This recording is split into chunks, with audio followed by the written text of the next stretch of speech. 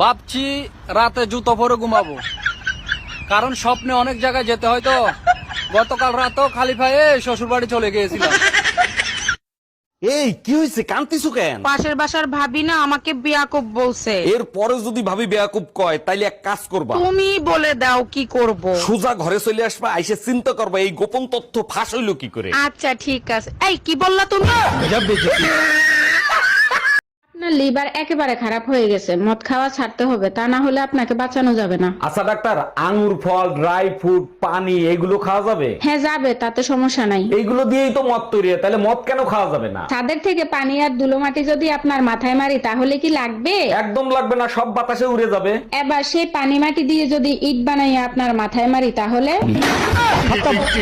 Bye bye. Hello, এই কোথায় তুমি? কোন ভাবির কাছে? তোমার মনে আছে বহুদিন আগে আমরা একটা সোনার দোকানে আসছিলাম? ওরে আমার লক্ষ্মী, তুমি সেই সোনার দোকানেই গেছো? সেই দোকানে তোমার একটা হার পছন্দ হয়েছিল। ওরে আমার বাবুটা, কেন মনে থাকবে না সোনা পাখি? সেই দোকানের সামনে একটা নাপিতের দোকান আছে, সেই নাপিতের দোকানে চুল কাটাতে আইছি। তুই কুত্তা, একটা কুত্তা। শুনছো, তোমার সাথে না আমার একটা কথা আছে। বিয়ের পরের থেকে তো শুধু শুনতেই আছি, তাই না? আরে বাবা, শোনোই না কথাটা। হ্যাঁ বলো। আচ্ছা, স্বামীর কাছে বউ কখন বেশি সুন্দর লাগে? স্বামীর কাছে বউ সবসময় সুন্দর লাগে, শুধু বউটা অন্যের হতে হবে।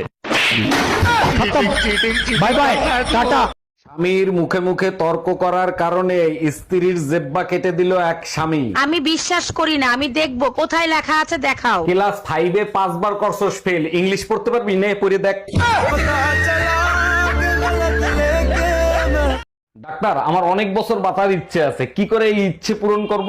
যত তাড়াতাড়ি পারেন বিয়ে করে ফেলেন, সব সমস্যার সমাধান হয়ে যাবে। বলেন কি ডাক্তার, বিয়ে করলেই অনেক বছর বাঁচতে পারবো? জি না, অনেক বছর বাঁচার ইচ্ছা আর তখন থাকবে না।